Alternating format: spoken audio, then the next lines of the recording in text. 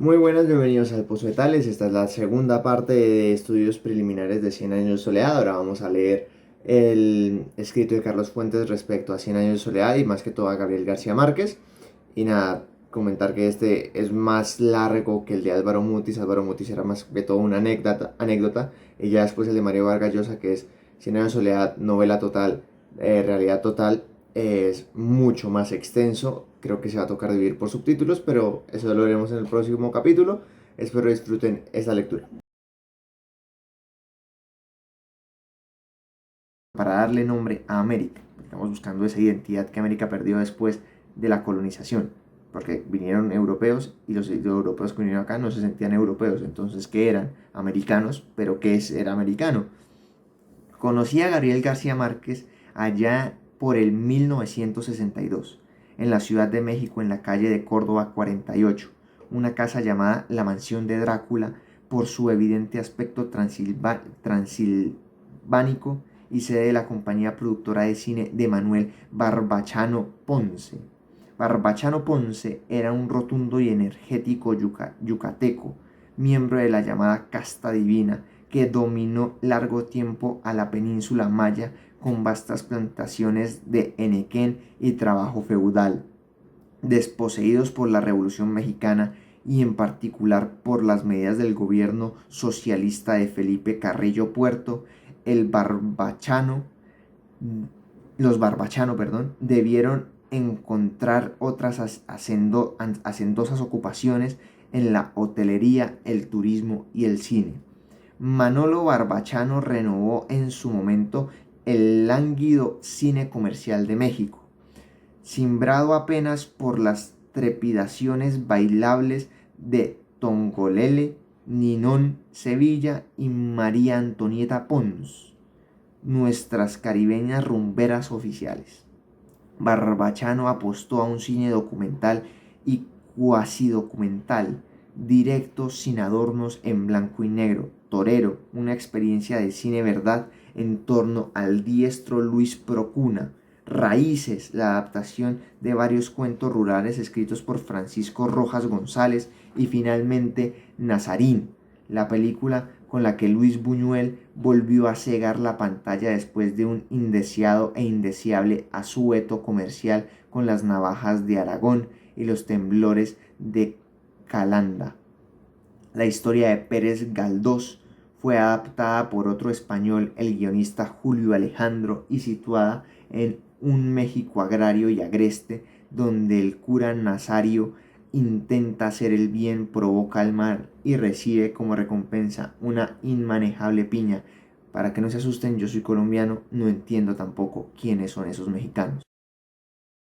Digo con esto que al llegar a México a principios de los 60, Gabriel García Márquez fue recibido en la mansión de Drácula por un equipo que incluía a los republicanos españoles Federico Américo, productor de La vieja Cifesa, Carlos Velo, que en España realizó un memorable documental sobre El Escorial, y Jaime Muñoz de Baena, un seductor señorito madrileño de agudo ingenio y modas británicas. Recordemos que México fue el hogar de los exiliados políticos de España después de la guerra civil que ganó Francisco Franco. Se llama Francisco, bueno, Franco, que ganó el dictador Franco a los republicanos. A ellos se unía muy señaladamente Álvaro Mutis, que fue el que acabamos de leer, el escritor colombiano que fue quien me presentó en Córdoba 48 al recién llegado Gabriel García Márquez, al cual yo ya conocía desde luego como el joven escritor de La hojarasca, un libro de apariencia rústica y entraña nobilísima, pues de él me parece surge el universo creador de García Márquez. Universo creador, normalmente tanto Fuentes como Vargas Llosa le dice a la historia de Macondo, de Cien Soledad, como un universo creador. Después veremos por qué en el ensayo de Mario Vargas Llosa, que es más largo, lo leeremos en otro video. Y nada, yo había editado en los años 50 una revista mexicana de literatura que se correspondía en Bogotá con la mítica revista Mito, dirigida por Jorge Gaitán Durán.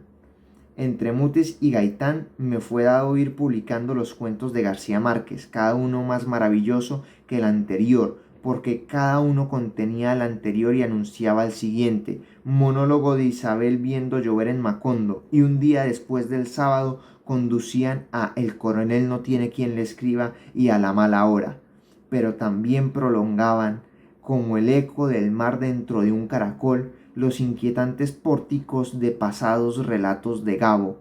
La tercera resignación, Eva está dentro de su gato, Tubal Caín forja una estrella, Nabo el negro que hizo esperar a los ángeles y Ojos de perro azul. Títulos que eran nombres, nombres que eran bautizos, nombres de misterio y amor que pronosticaban a sí mismo como arte y artificio, naturaleza y natividad, profecía y advertencia, recuerdo y olvido, vigilia y sueño. Todo ello me impulsaba con un movimiento del corazón a conocer al autor que nombró esos cuentos, al artífice que los soñó. Aquí estaba, en Córdoba 48, tal y como años más tarde lo escribiría en sus memorias el presidente está en francés, no sé francés, Francois Mitterrand, como un hombre parecido a su obra, sólido, sonriente, silencioso, dueño de un desierto de silencio como solo las selvas tropicales pueden crear. Desde que leí Cien años de soledad, añade Mitterrand, la obra me ha embrujado. Seguramente un hombre tan perspicaz como este francés esencial, que por serlo jamás dijo una tontería, leyó en 100 años lo que muchos más vimos desde las páginas sin árbol de La hojarasca. García Márquez era un nuevo descubridor, un bautizador del nuevo mundo, hermano de Núñez de Balboa y Fernández de Oviedo, de Gil González y Pedro Mártir, en la tarea interminable de darle nombre a América. Lo conocí en 1962 en Córdoba 48 y nuestra amistad nació allí mismo con la instantaneidad de lo eterno. Gabo culminaba en México un joven periplo que lo había llevado a Aracataca, a Barranquilla, de Sucre a Zipaquirá y luego de Bogotá a Roma, Londres y París, en mosaicas, tabletas de información escritas en el Universal, luego en el Heraldo, finalmente en el Espectador, periódicos colombianos, que lo sorprende en el exilio europeo dejando atrás, pero teniendo presente siempre las tensiones colombianas que se renuevan porque no se inician el 9 de abril de 1948 con el asesinato de Jorge Eliezer Gaitán y culminan con la clausura de El Espectador por Gustavo Rojas Pinilla en 1955, determinando una errancia que al cabo nos trae al Gabo en un autobús Greyhound con Mercedes y Rodrigo y Gonzalo en espera a la Ciudad de México, la más vieja ciudad viva del hemisferio occidental, la urbe azteca, virreinal, barroca, caótica, antiquísima, modernísima, la ciudad de roja piedra de Sontle y afrancesada mansardas, esperando la improbable nevada tropical y edificios de cristal despedazados que no quieren durar más de 50 años. México, Distrito Federal, donde la familia de García Márquez tendría de allí en adelante su principal residencia para honor y alegría de México y los mexicanos, y podría decirse para tristeza de los colombianos que perdimos una mente tan brillante. Solo hay que ver en esa época Jorge Eliezer Gaitán, el hombre que supuestamente era más que un hombre, la representación de un pueblo, murió, inició una guerra civil que duró más o menos 50 años o incluso más. En la clausura del Espectador, uno de los mejores, si no por decir el mejor periódico que tiene este platanal. Pero bueno, la gente dice, Gabriel García Márquez no era un colombiano verdadero, a pesar de que tenía presente estas tensiones colombianas, y la mayoría de las personas que aquí viven no, solo tienen presentes el aguardiente y el reggaetón. Juntos entramos al Museo de Antropología, juntos indagamos el misterio de la Coatlicue, la diosa madre de los aztecas, representada en un masivo monolito cuyos terribles elementos, serpientes, calaveras, manos laceradas, sexo impenetrable, le proclaman a la ciudad y al mundo: yo no soy Venus, yo no soy una diosa humana, yo soy diosa porque no soy humana. Entonces, después de 10 minutos de contemplación, García Márquez dice: ya entendí a México, que es algo más de lo que podemos decir los mexicanos, constantemente sorprendidos por un país que no acabamos de descubrir, pero en el cual García Márquez se acomodó con la sabiduría de hechicero que le atribuía Mitterrand. Se ha dicho que en México Kafka sería un escritor costumbrista y en los años 60 una de las leyes del castillo determinaba que los extranjeros debían renovar cada 6 meses su residencia y hacerlo no en México, sino amuélense todos en un consulado mexicano del extranjero. Esto significaba que Gabriel debía viajar 2 veces al año para renovar su permiso de residencia. Kafka puro, les digo, es un Kafka puro. Ese era Gabriel García Márquez. Y como tanto él como yo pasábamos por una temporada de aguda aerofobia, o sea, miedo a volar, determinada en mi caso por la trágica muerte de Gaitán Durán en la Martinica, íbamos por carretera a Acapulco, donde Gabo tomaba un vapor inglés de la P&O, homenaje sin duda a su admirado Somerset Maugham, no sé cómo se pronuncia, Maugham, y viajaba a Panamá, obtenía la visa y regresaba a México. Recuerdo estos viajes porque en uno de ellos Gabriel García Márquez se transformó. Lo miré y me asusté. ¿Qué había ocurrido? Nos habíamos estrellado contra un implacable autobús de la línea México-Chilpancingo. Dios mío con los nombres mexicanos. México-Chilpancingo, Acapulco. Nos habíamos derrumbado por los precipicios del cañón de Sopilote.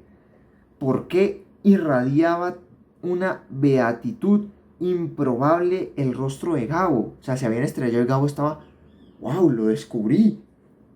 ¿Por qué le iluminaba la cabeza un halo propio de un santo? Era culpa de los tacos de cachete y nenepil que comimos en una fonda de Tres Marías. Nada de esto. Sin saberlo, yo había asistido al nacimiento de 100 años de soledad. Ese instante de gracia, de iluminación, de acceso espiritual en que todas las cosas del mundo se ordenan espiritual e intelectualmente y nos ordenan. Aquí estoy, así soy, ahora escríbeme. Porque en esa época él y yo fabricamos guiones de cine, demostrando nuestra verdadera vocación cuando nos deteníamos horas en colocar una coma o en describir un portón de una hacienda. Es decir, nos importaba lo que se leía, no lo que se veía. Por eso, semanas más tarde, echados en la eterna primavera del césped de mi casa en el barrio de San Ángel, Gabo pudo preguntarme, Fontacho, ¿qué vamos a hacer? ¿Salvar al cine mexicano o escribir nuestras novelas? La suerte estaba echada, yo me fui a Europa por segunda vez, ya había estado allí en 1950, cuando la ruina de la guerra era dolorosamente visible en una Italia donde los niños recogían colillas de cigarrillo para sobrevivir, donde el invierno los museos estaban llenos porque solo allí había calefacción, donde un pueblo empobrecido viajaba en tercera clase de los trenes con maletas amarradas con cuerdas, en una Viena donde la fachada de Hofburg era ocultada por grandes mantas con las efigies de Lenin y Stalin, y de donde no se podía viajar sin un pase de una de las 4 potencias de ocupación, de un París, en fin, donde el espíritu francés convalecía gracias a la inteligencia de Sartre y Camus, popularizada por el existencialismo personificado a su vez por por la cantante Juliette Greco en el café Le Tabou, no sé cómo se pronuncia, ya digo, no sé francés. Melena negra, mirada desencantada, voz inolvidable. Yehaile de Marché. Creo que se dice así. No sé qué es eso. En un apartamento vasto y congelado de la avenida de Víctor Hugo vivía la pareja literaria de Octavo Paz y Elena Garro, siempre acompañados de otra pareja, esta argentina formada por Adolfo Bioy Cáceres y Silvina Ocampo. fuego graneado de citas poéticas, juegos surrealistas del cadáver exquisito y correrías nocturnas por Saint-Germain-des-Prés, o de Prés, no sé cómo se dice. Octavio me condujo a una galería de la Place de Vendôme, porque la E no se pronuncia, donde se exhibía un solo cuadro titulado Europa después de la lluvia, cuyo autor Max Ernst, que es un alemán que dibuja que te cagas. Deberían ver alguna vez una pintura de Max Ernst. Allí, presente como vigía de su propia obra, había pintado un paisaje lacerante, alucinado, de excrescencias pétreas. Miré los ojos intensamente azules bajo la corona blanca de Ernst y al ver la pintura me pregunté si el verdadero surrealista europeo solo se dio en Alemania y en España, países de imaginación mágica popular, como lo demostraba ese mismo año en 1950 Luis Buñuel con Los Olvidados en Cannes, y no en la Francia cartesiana donde André Breton escribía con la corrección del duque de Saint-Simon en la corte de Luis XVI. Con razón, hacia 1930 tres jóvenes escritores latinoamericanos, Miguel Ángel Asturias, Arturo Uslar Pietri y Alejo Carpentier, se detuvieron un rato en el Pont d'Art sobre el Sena, el río, y decidieron echar al río el surrealismo francés innecesario. Proclamaron en una Iberoamérica donde abundaba lo real maravilloso. Digo esto porque a Francia llegó en 1957 Gabriel García Márquez, encerrado en un hotel de la Rue Cujas, cuyo único adorno era un retrato de Mercedes y el único lujo 3 paquetes azules de cigarrillos Gulosies, no sé cómo se dice. En el Boulevard Saint-Germain se cruzó Gabo con Ernest Hemingway. Ernest Hemingway. Y le gritó de acera a acera: adiós, maestro, como hoy le gritan donde quiera que va a Gabriel García Márquez. Y aunque Hemingway dijo que los buenos norteamericanos van a París a morir, Gabriel García Márquez hubiese dicho que los buenos latinoamericanos van a París a escribir, o los que tienen plata. Yo regresé a Europa en 1966 y me instalé en un palazzo veneciano para ver qué se sentía al ser Henry James, aunque sin esperanzas de emularlo. Fue una temporada de intenso intercambio epistolar con los amigos en aquella época anterior, muy anterior al fax y al email. Gracias a ello conservo un maravilloso correo con Gabo en los momentos de la redacción de 100 años de soledad. Yo sabía que él dejó sus empleos, le pidió a Mercedes que llenara el refrigerador, echó candado a su casa y se sentó a escribir un proyecto, me dijo, que le tomó madurar 17 años y redactar 14 meses, lo que se demoró 100 años de soledad. Angustias y alegrías. Jamás he trabajado en soledad comparable, me dice. No siento más punto de referencia que quizás Rabelais. Es que estoy seguro que así no se pronuncia. Rabelais.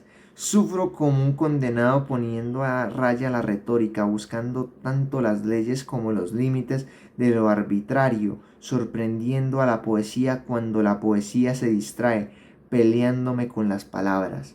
A veces, me escribe Gabriel, me asalta el pánico de no haber dicho nada a lo largo de 500 páginas. A veces quisiera seguir escribiendo el libro el resto de mi vida en 100 volúmenes para no tener más vida que esta. La escribí. Para no tener más vida que esta, hace recalco Carlos Fuentes.